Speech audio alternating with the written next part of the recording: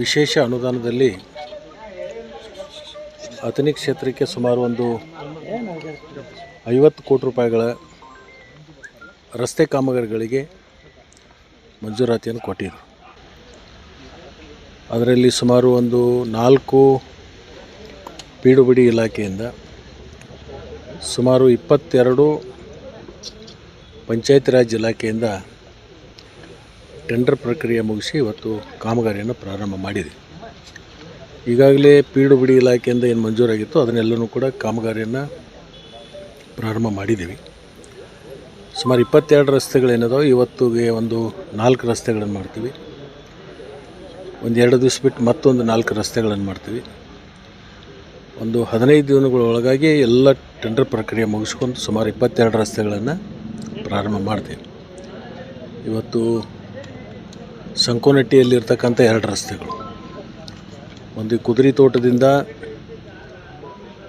ನಮ್ಮ ಘಟ್ನಟ್ಟಿವರೆಗೆ, ಆಮೇಲೆ ಇಲ್ಲಿ ಅಥಣಿ ಹತ್ತಿರ ಒಂದು ದಾನಮ್ಮ ದೇವಿ ದೇವಸ್ಥಾನದಿಂದ ಒಂದು ಹಳೆ ಕಿರಣಗಿ ಕಡೆ ಹೋಗ್ತಕ್ಕಂಥ ಒಂದು ರಸ್ತೆ, ಮತ್ತು ಇದು ಸಂಕೋನಟ್ಟಿ ಮತ್ತು ನಮ್ಮ ಹುಲಗವಾಳಿ ಮಧ್ಯದಲ್ಲಿರ್ತಕ್ಕಂಥ ತೋಟಪಟ್ಟಿಗೆ ಹೋಗ್ತಕ್ಕಂಥ ಈ ರಸ್ತೆ ಪ್ರಾರಂಭ ಮಾಡ್ತೀವಿ.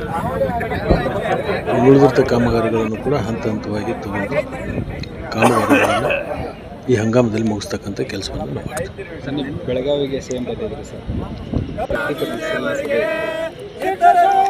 ನಿನ್ನೆ ಮುಖ್ಯಮಂತ್ರಿಗಳು ಅವರು ಮುಖ್ಯಮಂತ್ರಿಯಾಗಿ ಪ್ರಮಾಣ ವಚನ ಆದಮೇಲೆ ಉತ್ತರ ಕರ್ನಾಟಕಕ್ಕೆ ಹೆಚ್ಚು ಗಮನವನ್ನು ಕೊಟ್ಟಿರ್ತಕ್ಕಂಥ ಅತಿವೃಷ್ಟಿ ಮತ್ತು ಅನಾವೃಷ್ಟಿ ಇವೆರಡಕ್ಕೆ ಸೀಮಿತವಾಗಿರ್ತಕ್ಕಂಥ ಒಂದು ಪರಿಶೀಲನಾ ಸಭೆಯನ್ನು ಮಾಡಿದ್ದಾರೆ. ಮೊನ್ನೆ 4 ದಿವಸ ಹಿಂದೆ ಗುಲ್ಬರ್ಗ ಡಿವಿಷನದ ಮೀಟಿಂಗ್ ಮುಗಿಸ್ಕೊಂಡು ನಿನ್ನೆ ಬೆಳಗಾವಿಯಲ್ಲಿ ಈ ಬೆಳಗಾವಿ ಡಿವಿಷನದ್ದು ಪರಿಶೀಲನಾ ಸಭೆಯನ್ನು ಮಾಡಿದರು. ಕೆಲವೊಂದು ಮಹತ್ವದ ತೀರ್ಮಾನಗಳನ್ನು ತಗೊಂಡಿದ್ದಾರೆ. ಈ ಪ್ರಜಾಸೇವೆ ಅಂತಕ್ಕಂಥ ಒಂದು ಹೊಸ ಇಲಾಖೆಯನ್ನು ಹುಟ್ಟಾಕಿ ಅದಕ್ಕೊಂದು ಮಂತ್ರಿಯನ್ನು ನಿಯುಕ್ತಿ ಮಾಡೋದ್ರ ಜೊತೆಗೆ ಕೆಲವೊಂದು ಅಧಿಕಾರಿಗಳನ್ನು ಅದಕ್ಕೆ ನೇಮಿಸಿರ್ತಕ್ಕಂಥದ್ದು.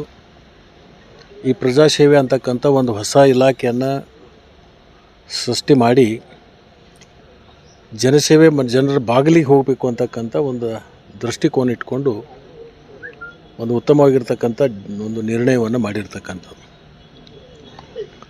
ಎಲ್ಲಿ ಗ್ರಾಮ ಪಂಚಾಯತಿ ಹೆಡ್ ಕ್ವಾರ್ಟರ್ ಇದ್ದಾವೆ ಅಲ್ಲಿ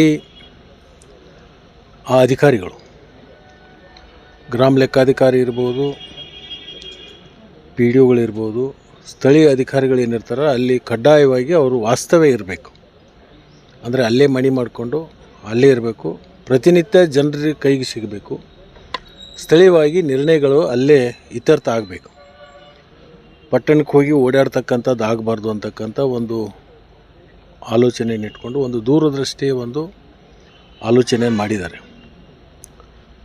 ನೀವು ನೋಡಿರ್ಬೋದು, ಈ ಕರ್ನಾಟಕ ಪಬ್ಲಿಕ್ ಸ್ಕೂಲ್ ಅಂತಕ್ಕಂಥದ್ದು KPSC ಅದೇ ಮಾದರಿಯಲ್ಲಿ ಈ CSR ಫಂಡ್ಗಳನ್ನು ಸಂಗ್ರಹ ಮಾಡಿ ಆ ಹಣದಿಂದ ಒಂದೊಂದು ಶಾಲೆಗೆ 6-8 ಕೋಟಿ ರೂಪಾಯಿಗಳನ್ನು ಕೊಡೋದ್ರ ಮುಖಾಂತರ ಗ್ರಾಮೀಣ ಪ್ರದೇಶದಲ್ಲಿರ್ತಕ್ಕಂಥ ವಿದ್ಯಾರ್ಥಿಗಳಿಗೆ ಪಟ್ಟಣಕ್ಕೆ ಬರಬಾರ್ದು, ಪಟ್ಟಣಕ್ಕೆ ಬರಲಾರ್ದೇನೆ ಅಲ್ಲೇ ಅವರಿಗೆ ಉತ್ತಮವಾಗಿರ್ತಕ್ಕಂಥ ಶಿಕ್ಷಣ ಸಿಗಬೇಕು, ಪಟ್ಟಣಗಳಿಗೆ ಜನದಟ್ಟಣೆ ಆಗಬಾರ್ದು. ಒಂದು ಸರಿ ವಿದ್ಯಾರ್ಥಿಗಳು ಪಟ್ಟಣಕ್ಕೆ ಬಂದರೆ ಆ ಪಟ್ಟಣದ ವಾತಾವರಣಕ್ಕೆ ಹೊಂದ ಮೇಲೆ ತಿರುಗಿ ಹಳ್ಳಿಗೆ ಹೋಗದೇ ಇರತಕ್ಕಂಥ ಅನೇಕ ಉದಾಹರಣೆಗಳನ್ನು ನೋಡಿದ್ದೀವಿ. ಆ ಒಂದು ದಿಶೆಯಲ್ಲಿ ಗ್ರಾಮೀಣ ಪ್ರದೇಶದಲ್ಲೇ ಉತ್ತಮ ಶಿಕ್ಷಣ ಸಿಗಬೇಕು ಅಂತ ಹೇಳಿ ನಮ್ಮ ಅಥಣಿ ಕ್ಷೇತ್ರಕ್ಕೆ ಮೊದಲು 3 KPSC ಸ್ಕೂಲ್ಗಳನ್ನು ಕೊಟ್ಟಿದ್ದರು. ಮತ್ತೆ 10 KPSC ಸ್ಕೂಲ್ಗಳನ್ನು ಮಂಜೂರಾತಿ ಮಾಡಿರ್ತಕ್ಕಂಥದ್ದು. ಅದನ್ನು ಅನುಷ್ಠಾನ ಮಾಡಬೇಕು ಮತ್ತು ಪ್ರಜಾಸೇವೆ ಅಂತಕ್ಕಂಥದ್ದು ತ್ವರಿತವಾಗಿ ನಿರ್ಣಯಗಳಾಗಬೇಕು ಅಂತಕ್ಕಂಥ ವಿಚಾರವನ್ನು ಇಟ್ಕೊಂಡು ಒಂದು ಹೊಸ ಚಿಂತನೆಯನ್ನು ಪ್ರಾರಂಭ ಮಾಡಿದ್ದಾರೆ. ಮತ್ತು ಎಲ್ಲಿ ಬರಗಾಲ ಇದೆ ಅದರ ಸಮೀಕ್ಷೆ ಆಗಬೇಕು, ಎಲ್ಲಿ ಕುಡಿ ನೀರಿನ ಸಮಸ್ಯೆ ಇದೆ ಅದನ್ನು ನಿವಾರಣೆ ಆಗಬೇಕು, ಅತಿವೃಷ್ಟಿ ಆಗಿರ್ತಕ್ಕಂಥ ಸ್ಥಳಗಳಿಗೆ ಅಧಿಕಾರಿಗಳು ಅಲ್ಲಿ ಹೋಗಿ ಅದನ್ನು ಪರಿಶೀಲನೆ ಮಾಡಿಕೊಂಡು ಸರ್ಕಾರಕ್ಕೆ ವರದಿಯನ್ನು ಕೊಡಬೇಕು ಅಂತಕ್ಕಂಥ ಒಂದು ಈ ಪರಿಶೀಲನೆ ಸಭೆಗೆ ಮುಖ್ಯಮಂತ್ರಿಗಳು ಮಾಡಿಕೊಂಡು ಬಂದು ಸುಮಾರು 5-6 ಜಿಲ್ಲೆ ಎಲ್ಲ ಪಕ್ಷಾತೀತವಾಗಿ ಎಲ್ಲ ಶಾಸಕರು, ಅಧಿಕಾರಿಗಳು, ಜಿಲ್ಲಾಧಿಕಾರಿಗಳು, ಸಂಬಂಧಪಟ್ಟಂತೆ ಎಲ್ಲ ಅಧಿಕಾರಿಗಳು ಸುಮಾರು 5 ಗಂಟೆಗಿಂತಲೂ ಹೆಚ್ಚು ಒಂದು ಪರಿಶೀಲನೆ ಸಭೆ ಭಾಳ ಕೂಲಂಕುಷವಾಗಿ ಚರ್ಚೆ ಆಗಿರ್ತಕ್ಕಂಥದ್ದು. ಎಲ್ಲ ಶಾಸಕರ ಅಭಿಪ್ರಾಯವನ್ನು ಕೂಡ ಪಡ್ಕೊಂಡಿದ್ದಾರೆ. ಅದರ ಜೊತೆಗೆ ಅಧಿಕಾರಿಗಳ ಅಭಿಪ್ರಾಯವನ್ನು ಪಡ್ಕೊಂಡಿದ್ದಾರೆ. ತ್ವರಿತ ಕಾಮಗಾರಿಗಳನ್ನು ತಗೊಳ್ಳಿಕ್ಕೆ ಏನೇನು ಅವರಿಗೆ ಹೊಸದಾಗಿ ರೂಲ್ಸ್ಗಳನ್ನು ಮಾಡಬೇಕು ಅಂತಕ್ಕಂಥದ್ದು ಚರ್ಚೆ ಮಾಡಿಕೊಂಡು ಆ ಸೂಚನೆಯನ್ನು ಕೊಟ್ಟಿದ್ದಾರೆ. ತಕ್ಷಣಕ್ಕೆ ಕಾಮಗಾರಿಗಳನ್ನು ಪ್ರಾರಂಭ ಮಾಡಲಿಕ್ಕೆ ನನಗನ್ಸುತ್ತೆ ಮುಖ್ಯಮಂತ್ರಿಗಳು ಈ ಚಿಂತನೆ ಹಿಂದಿನ ಯಾವ ಮುಖ್ಯಮಂತ್ರಿಗಳು ಕೂಡ ಮಾಡಿರಲಿಲ್ಲ. ಒಂದು ಹೊಸ ಆಲೋಚನೆಯನ್ನು ಇಟ್ಕೊಂಡು ಒಂದು ಹೊಸ ಚಿಂತನೆಯನ್ನು ಪ್ರಾರಂಭ ಮಾಡಿದ್ದಾರೆ. ದೂರದೃಷ್ಟಿ ಒಂದು ಇಟ್ಕೊಂಡು ಇದನ್ನು ಆಲೋಚನೆ ಮಾಡ್ತಕ್ಕಂಥ ಒಬ್ಬ ಮುಖ್ಯಮಂತ್ರಿಗಳು ಬಂದು ಇದನ್ನು ನಮ್ಮೆಲ್ಲರಿಗೂ ಕೂಡ ಮನವರಿಕೆ ಮಾಡಿದ್ದಾರೆ. ಬಹುತೇಕ ಎಲ್ಲ ಪಕ್ಷಾತೀತವಾಗಿ ಎಲ್ಲ ಶಾಸಕರು ಕೂಡ ನಿನ್ನೆ ಅದನ್ನು ಮೆಚ್ಚುಗೆಯನ್ನು ವ್ಯಕ್ತಪಡಿಸಿರ್ತಕ್ಕಂಥದ್ದು ಇದೆ.